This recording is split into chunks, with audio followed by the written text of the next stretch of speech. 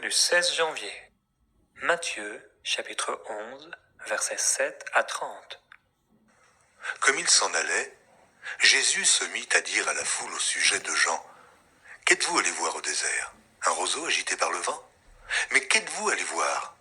Un homme vêtu d'habits précieux? Voici, ceux qui portent des habits précieux sont dans les maisons des rois. Qu'êtes-vous donc allé voir? Un prophète? Oui, vous dis-je, et plus qu'un prophète. Car c'est celui dont il est écrit, « Voici, j'envoie mon messager devant ta face pour préparer ton chemin devant toi. » Je vous le dis en vérité, parmi ceux qui sont nés de femmes, il n'en a point paru de plus grand que Jean-Baptiste. Cependant, le plus petit dans le royaume des cieux est plus grand que lui.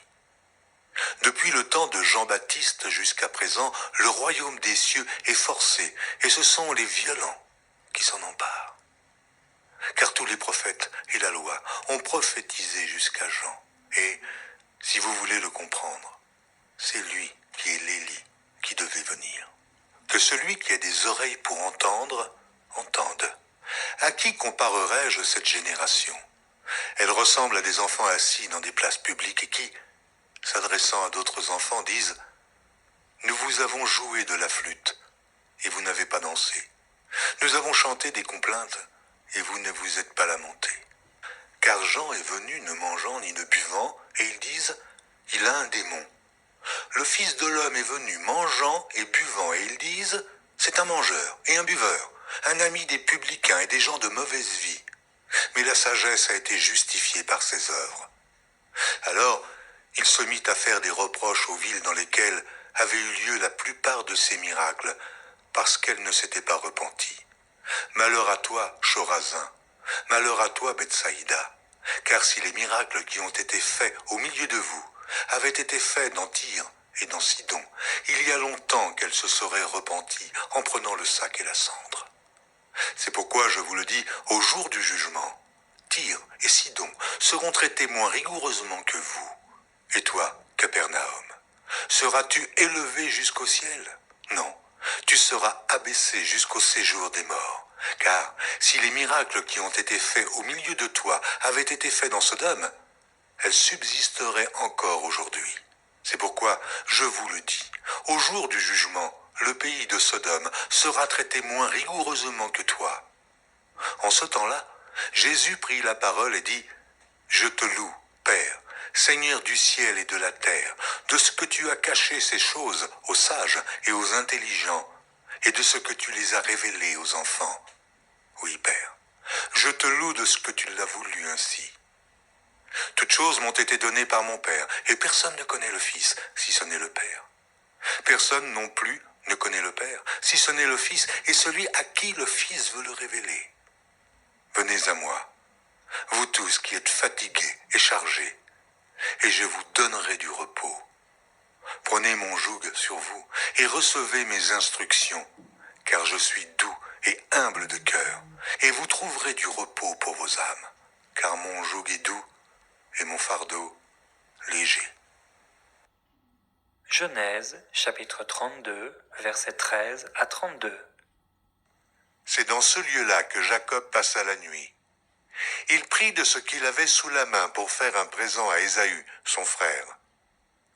200 chèvres et 20 boucs, 200 brebis et 20 béliers, 30 femelles de chameaux avec leurs petits qu'elles allaitaient, 40 vaches et 10 taureaux, 20 ânesses et 10 ânes.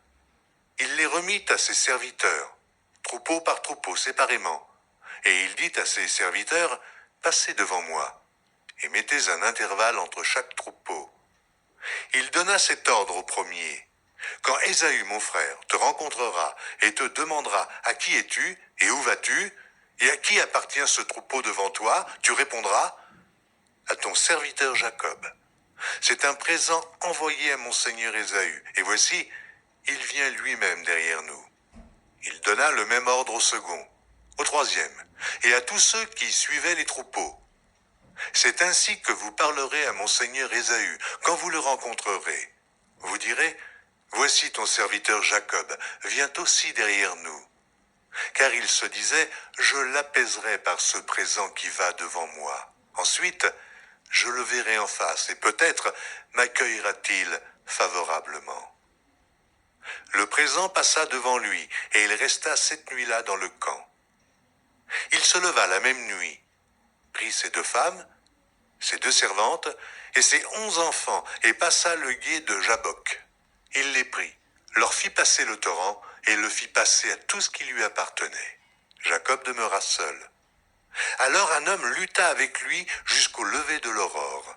Voyant qu'il ne pouvait le vaincre, cet homme le frappa à l'emboîture de la hanche, et l'emboîture de la hanche de Jacob se démit pendant qu'il luttait avec lui.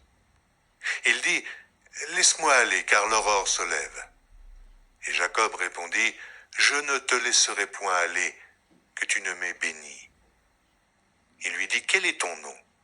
Et il répondit, « Jacob. » Il dit encore, « Ton nom ne sera plus Jacob, mais tu seras appelé Israël, car tu as lutté avec Dieu, avec les hommes, et tu as été vainqueur. » Jacob l'interrogea en disant, « Fais-moi, je te prie, connaître ton nom. » Il répondit, « Pourquoi demandes-tu mon nom ?»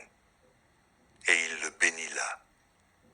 Jacob appela ce lieu du nom de Péniel, car, dit-il, « J'ai vu Dieu face à face, et mon âme a été sauvée. » Le soleil se levait lorsqu'il passa Péniel. Jacob boitait de la hanche. C'est pourquoi, jusqu'à ce jour, les enfants d'Israël ne mangent point le tendon qui est à l'emboîture de la hanche, car Dieu frappa Jacob à l'emboîture de la hanche, au tendon. Genèse, chapitre 33. Jacob leva les yeux et regarda. Et voici, Ésaü arrivait avec 400 hommes. Il répartit les enfants entre Léa, Rachel et les 2 servantes. Il plaça en tête les servantes avec leurs enfants, puis Léa avec ses enfants, et enfin Rachel avec Joseph. Lui-même passa devant eux, et il se prosterna en terre 7 fois, jusqu'à ce qu'il fût près de son frère. Ésaü courut à sa rencontre, il l'embrassa, se jeta à son cou et le baisa. Et ils pleurèrent. Ésaü, levant les yeux, vit les femmes et les enfants, et il dit, « Qui sont ceux que tu as là ?»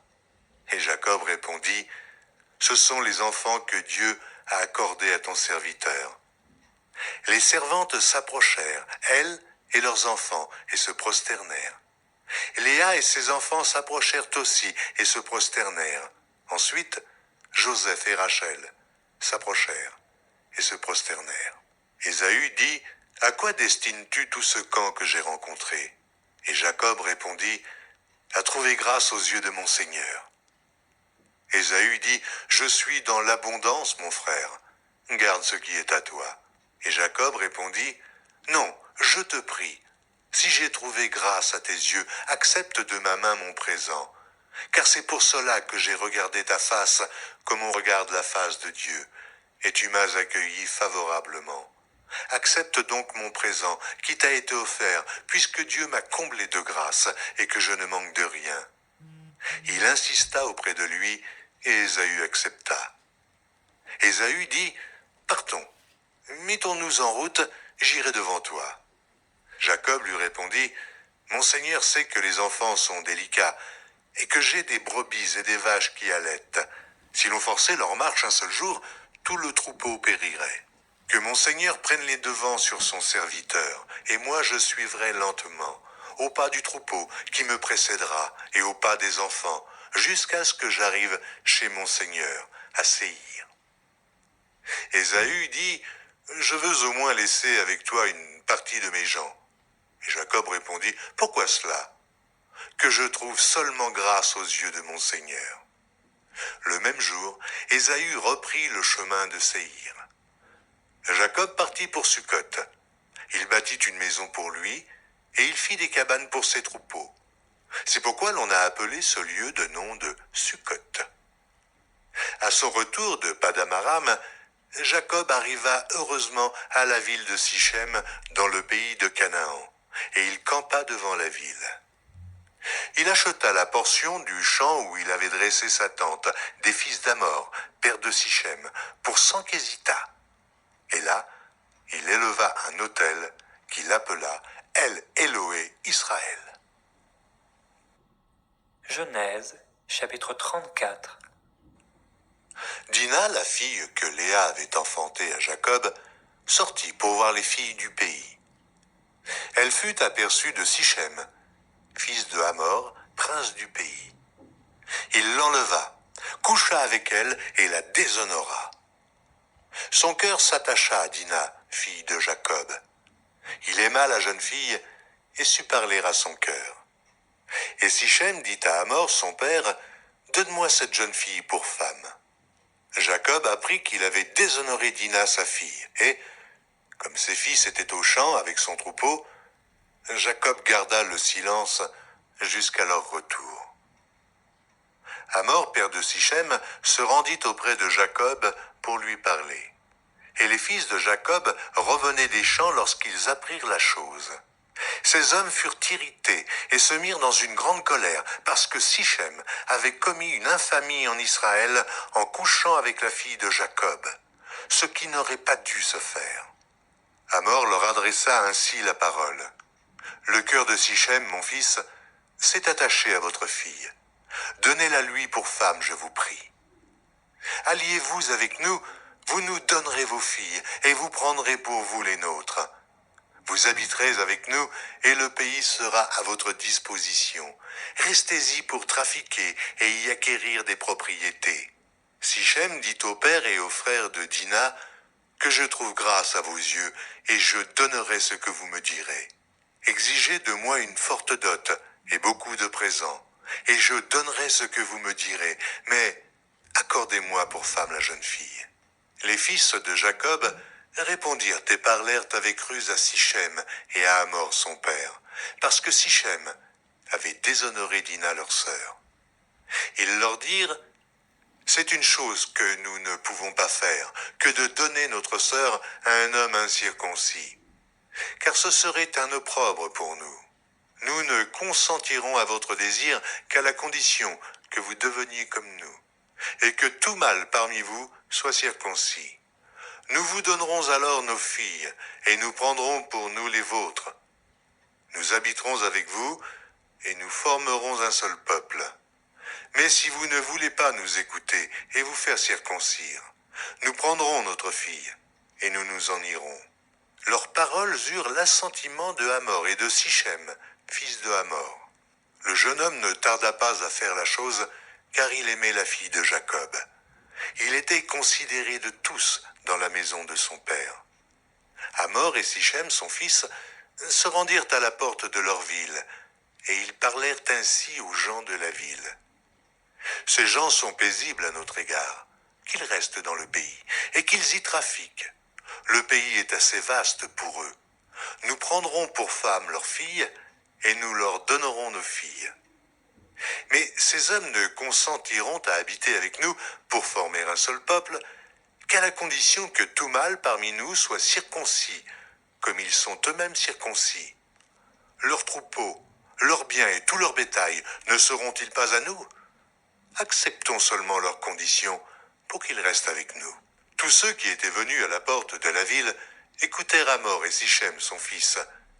Et tous les mâles se firent circoncire, tous ceux qui étaient venus à la porte de la ville. Le troisième jour, pendant qu'ils étaient souffrants, les deux fils de Jacob, Siméon et Lévi, frères de Dina, prirent chacun leur épée, tombèrent sur la ville qui se croyait en sécurité et tuèrent tous les mâles. Ils passèrent aussi au fil de l'épée Hamor et Sichem, son fils. Ils enlevèrent Dina de la maison de Sichem et sortirent. Les fils de Jacob se jetèrent sur les morts et pillèrent la ville parce qu'on avait déshonoré leur sœur. Ils prirent leurs troupeaux, leurs bœufs et leurs ânes, ceux qui étaient dans la ville et ceux qui étaient dans les champs. Ils emmenèrent comme butin toutes leurs richesses, leurs enfants et leurs femmes, et tout ce qui se trouvait dans les maisons. Alors Jacob dit à Siméon et à Lévi, « Vous me troublez en me rendant odieux aux habitants du pays, aux Cananéens et aux Phéréziens. Je n'ai qu'un petit nombre d'hommes, et ils se rassembleront contre moi. Ils me frapperont, et je serai détruit, moi et ma maison. » Ils répondirent, « Traitera-t-on notre sœur comme une prostituée? Psaume chapitre 14. Au chef des chantres de David, l'insensé dit en son cœur, il n'y a point de Dieu. Ils se sont corrompus, ils ont commis des actions abominables. Il n'en est aucun qui fasse le bien. L'Éternel du haut des cieux regarde les fils de l'homme pour voir s'il y a quelqu'un qui soit intelligent, qui cherche Dieu. Tous sont égarés, tous sont pervertis. Il n'en est aucun qui fasse le bien, pas même un seul. Tous ceux qui commettent l'iniquité ont-ils perdu le sens? Ils dévorent mon peuple, ils le prennent pour nourriture. Ils n'invoquent point l'Éternel. C'est alors qu'ils trembleront d'épouvante, quand Dieu paraîtra au milieu de la race juste, jeter l'opprobre sur l'espérance du malheureux. L'Éternel est son refuge. Oh, qui fera partir de Sion la délivrance d'Israël, quand l'Éternel ramènera les captifs de son peuple? Jacob sera dans l'allégresse, Israël se réjouira. Proverbe chapitre 3, versets 19 et 20. C'est par la sagesse que l'Éternel a fondé la terre. C'est par l'intelligence qu'il a affermi les cieux. C'est par sa science que les abîmes se sont ouverts et que les nuages distillent la rosée.